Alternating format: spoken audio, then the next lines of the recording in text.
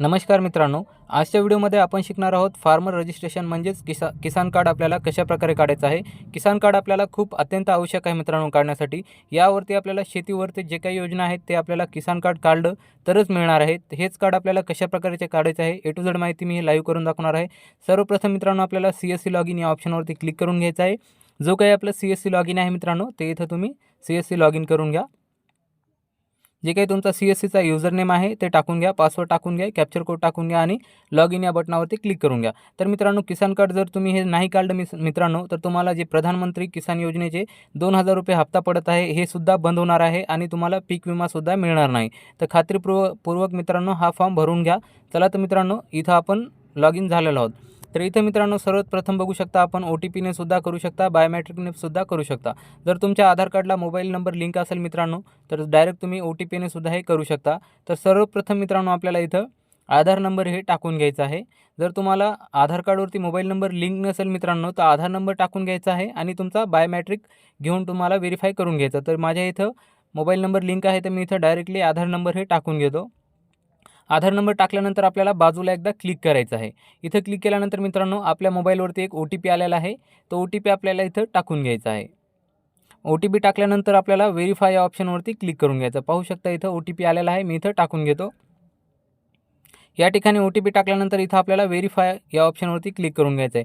पाहू शकता मित्रांनो आपला आधार व्हेरीफाईड झालेला आहे। त्यानंतर मित्रांनो खाली थोडं स्क्रोल करून घ्या। त्यानंतर इथं कॅन्डिडेट डिटेल्समध्ये आपल्याला मोबाईल नंबर आणि ईमेल ID असे 2 ऑप्शन दिलेले आहेत। तर त्यापैकी आपल्याला कंपल्सरी मोबाईल नंबर आहे। तर मित्रांनो इथं मोबाईल नंबर जो काही आपला मोबाईल नंबर आहे ते टाकून घ्यायचा आणि बाजूला क्लिक करून घ्यायचं आहे। इथं क्लिक केल्यानंतर पाहू शकता आपल्या मोबाईल नंबरवरती एक OTP आलेला आहे। तोच OTP आपल्याला इथे या ठिकाणी टाकून घ्यायचा आहे। तर मित्रांनो पाहू शकतो माझ्या नंबरवरती हा OTP आलेला आहे। मी OTP इथं टाकून घेतलेला आहे। त्यानंतर आपल्याला व्हेरीफाय या ऑप्शनवरती क्लिक करून घ्यायचं आहे। बघू शकता इथं आपण मोबाईल नंबरसुद्धा व्हेरीफाय केलेला आहे। तर इथं बघू शकता ऑटोमॅटिकली इंग्लिशमध्ये नाव आलेलं आहे आधारवरती, एखाद्या वेळेस मराठीमध्ये सुद्धा येऊन जाते। जर हे नाव मराठीमध्ये बरोबर व्यवस्थित येत नसेल मित्रांनो तर गुगल इनपुटच्या सहाय्याने तुम्ही नाव इथं टाईप करून मराठीमध्ये जे काही व्यवस्थित नाव आहे ते टाकू शकता। त्यानंतर मित्रांनो इथं आपली कास्ट सिलेक्ट करून घ्यायची आहे। जे काही आपली कास्ट आहे ती कास्ट तुम्ही इथं सिलेक्ट करून घ्यायची आहे। त्यानंतर मित्रांनो इथं आपल्याला बघू शकता इथं आपल्याला काही करायची गरज नाही। तिथं तुम्ही असं ब्लँक सोडलं तरी चालेल जाईल। त्यानंतर मित्रांनो तुम्ही इथं खाली स्क्रोल करून घ्या। फार्मर डिटेलमध्ये सुद्धा आपल्याला काही जास्त करायची गरज नाही आहे। हे जसं आहे तसं राहू द्या। त्यानंतर मित्रांनो खाली परत स्क्रोल करून घ्या। त्यानंतर इथं आपला जो काही ॲड्रेस आहे तो ॲड्रेस इथं व्यवस्थित टाकून घ्या। जर मराठीमध्ये व्यवस्थित येत नसेल तर तुम्ही इथं गुगल इनपुटच्या सहाय्याने टाकू शकता। जर तुमचा पिनकोड वगैरे व्यवस्थित येत नसेल मित्रांनो तर इथं मॅन्युअली सुद्धा तुम्ही टाकून घेऊ शकता। जो काही आपला जिल्हा आहे तो जिल्हा इथं टाकून घ्या। त्यानंतर इथं आपला तालुका टाकून घ्या आणि त्या तालुका टाकल्यानंतर आपले गावाचे नाव या ठिकाणी टाकून घ्या। गावाचे नाव टाकल्यानंतर मित्रांनो पाहू शकता इथं पिनकोड ऑटोमॅटिकली येऊन जाईल। तर सर्वप्रथम तुम्ही इथं गावाचे नाव टाकून घ्या।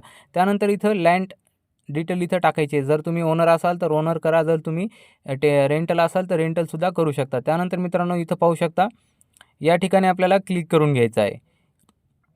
इथं क्लिक केल्यानंतर बघू शकता आपल्या सर्वप्रथम आपल्याला आपला जिल्हा निवडून घ्यायचा आहे। जिल्हा निवडल्यानंतर मित्रांनो इथं पाहू शकता आपला तालुकासुद्धा निवडून घ्या। त्यानंतर इथं जो काही गावामध्ये आपली शेती आहे तो गाव इथं निवडून घ्यायचा आहे। त्यानंतर मित्रांनो आपला जो काही गट नंबर आहे 712वरती जो काही आपला गट नंबर आहे तो गट नंबर आपल्याला या ठिकाणी टाकून घ्यायचा आहे। त्यानंतर इथं सबमिट या ऑप्शनवरती क्लिक करायचं आहे। सबमिट या ऑप्शनवरती क्लिक केल्यानंतर पाहू शकता आपल्या गट नंबरमध्ये जेवढे काही नावं असतील मित्रांनो ते नावं आपल्या पुढे येऊन जातील। त्यापैकी जो काही आपलं नाव आहे तो इथं सिलेक्ट करून घ्या आणि आपल्या नावावर जेवढी काही शेती आहे तो आपल्याला इथं व्हेरीफाय करून घ्यायचं आहे। तर या टिक मार्कमध्ये तुम्ही टिक करून घ्यायचं आहे। त्यानंतर मित्रांनो खाली स्क्रोल करायचं आहे थोडं आणि सबमिट या ऑप्शनवरती क्लिक करून घ्यायचं आहे। पाहू शकता अशा प्रकारे व्यवस्थित तुम्ही टिक मार्क करून घ्या। त्यानंतर इथं खाली स्क्रोल करून घ्यायचं आहे। स्क्रोल केल्यानंतर सबमिट या ऑप्शनवरती क्लिक करून घ्यायचं आहे। इथं सबमिट झाल्यानंतर मित्रांनो तुम्ही पाहू शकता व्हेरीफाय लँड या ऑप्शनवरती आपल्याला क्लिक करून घ्यायचं आहे। इथं क्लिक केल्यानंतर पाहू शकता ऑटोमॅटिकली आपले टिक मार्क झालेले आहेत। त्यानंतर खाली स्क्रोल करून घ्या। स्क्रोल केल्यानंतर पाहू शकता आपली माहिती एकदा व्यवस्थित आहे का बघून घ्या। त्यानंतर इथं आपल्याला क्लिक करून घ्यायचं आहे त्यानंतर जे काही ऑप्शन असतील तुम्ही सगळे वाचले असतील असे गृहीत धरून तुम्हाला इथं टिक मार्क करून घ्यायचे आहे. तर पाहू शकता मित्रांनो, जे काही इथं टिक मार्क दिलेले आहेत ते टिक मार्क आपल्याला अशा प्रकारे इथं पाहू शकता मी व्यवस्थित नाव टाकलेलं आहे. हे नाव आपल्याला मराठीमध्ये जर येत नसेल मित्रांनो तर तुम्ही गुगल इनपुटच्या सहाय्याने इथं नाव टाकून घेऊ शकता. गुगल इनपुटच्या सहाय्याने नाव टाकल्यानंतर मित्रांनो पाहू शकता काही तुमच्या नावामध्ये चुका असतील मित्रांनो तर ते सबमिट होणार नाही. त्यानंतर इथं बघू शकता जर तुम्ही सेव्ह ड्राफ्ट करायचा असेल तर तुम्ही सेव्ह ड्राफ्टसुद्धा करू शकता. त्यानंतर मी इथं मित्रांनो टिक मार्क केल्यानंतर आपल्याला फायनल सबमिट हे ऑप्शन आलेलं आहे. इथं मित्रांनो आपल्याला फायनल सबमिटवरती क्लिक करून घ्यायचं आहे. इथं क्लिक केल्यानंतर मित्रांनो पाहू शकता अशा प्रकारे आपल्याला बायोमॅट्रिक किंवा OTP जे काही आपण अगोदर निवडलं होतं तेच ऑप्शन आपल्याला इथं सिलेक्ट करून घ्यायचं आहे. त्यानंतर मित्रांनो आपल्याला परत एकदा आपला आधार नंबर हे इथं टाकून घ्यायचा आहे. जो काही आपला आधार नंबर आहे मित्रांनो त्या इथं व्यवस्थित परत एकदा टाकून घ्या. आधार नंबर टाकल्यानंतर गेट OTP या ऑप्शनवरती क्लिक करून घ्यायचं आहे. तर आपल्या रजिस्टर्ड मोबाईल नंबरवरती एक OTP आलेला आहे. तोच OTP आपल्याला इथं परत एकदा टाकून घ्यायचा आहे. त्यानंतर सबमिट या ऑप्शनवरती क्लिक करून घ्यायचं आहे. तर पाहू शकता मित्रांनो आपला अशा प्रकारे फॉर्म सक्सेसफुली सेव्ह होऊन जाईल. तर बघू शकता मित्रांनो अशा प्रकारे तुमच्या पुढे रजिस्ट्रेशन सक्सेसफुली अशा प्रकारे एक ऑप्शन येईल.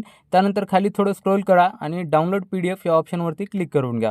हे PDF डाउनलोड केल्यानंतर तुम्ही ह्याची प्रिंटआउटसुद्धा काढू शकता किंवा सेव्हसुद्धा करून ठेवू शकता. तर मित्रांनो जर तुम्हाला स्वतःचं लॅपटॉप वगैरे असेल तर तुम्ही सेव्ह करून ठेवू शकता. जर व्यतिरिक्त कोणा कस्टमरचं वगैरे असेल तर त्याला लगेच आपल्याला प्रिंटसुद्धा देता येते. तर अशा प्रकारे मित्रांनो मी हे फॉर्म सेव्ह करून घेतलेला आहे. फॉर्म सेव्ह केल्यानंतर मित्रांनो आपल्याला आपल्या अर्जाची स्थिती पाहायची असेल तर मित्रांनो परत आपल्याला होम स्क्रीन या ऑप्शनवरती क्लिक करून घ्यायचं आहे. इथं आल्यानंतर तुम्ही बघू शकता अशाच प्रकारे आपला आधार नंबर आपल्याला या ठिकाणी टाकून घ्यायचा आहे. आधार नंबर मित्रांनो जो काही तुमचा फॉर्म भरता वेळेस तुम्ही टाकला होता तो आधार नंबर आपल्याला परत एकदा इथं टाकून घ्यायचा आहे आणि बाजूला क्लिक करायचं आहे. इथं क्लिक केल्यानंतर मित्रांनो पाहू शकता तुमच्या अर्जाची स्थिती हे पेंडिंग दाखवत आहे मित्रांनो. जेणेकरून तुम्हाला इथं कळून जाईल की तुमचा फॉर्म हे सक्सेसफुली सेव्ह झालेला आहे आणि आपला अर्ज हे पेंडिंगमध्ये आहे. जेव्हा काही याला अप्रूव्हल येऊन जाईल मित्रांनो तुमचा किसान कार्ड हे तुम्हाला मिळून जाईल. तर अशा प्रकारे मित्रांनो आजची ही माहिती होती. तुम्हाला नक्कीच आवडली असेल मित्रांनो. चला तर मित्रांनो भेटूया पुढच्या व्हिडिओमध्ये. धन्यवाद हा व्हिडिओ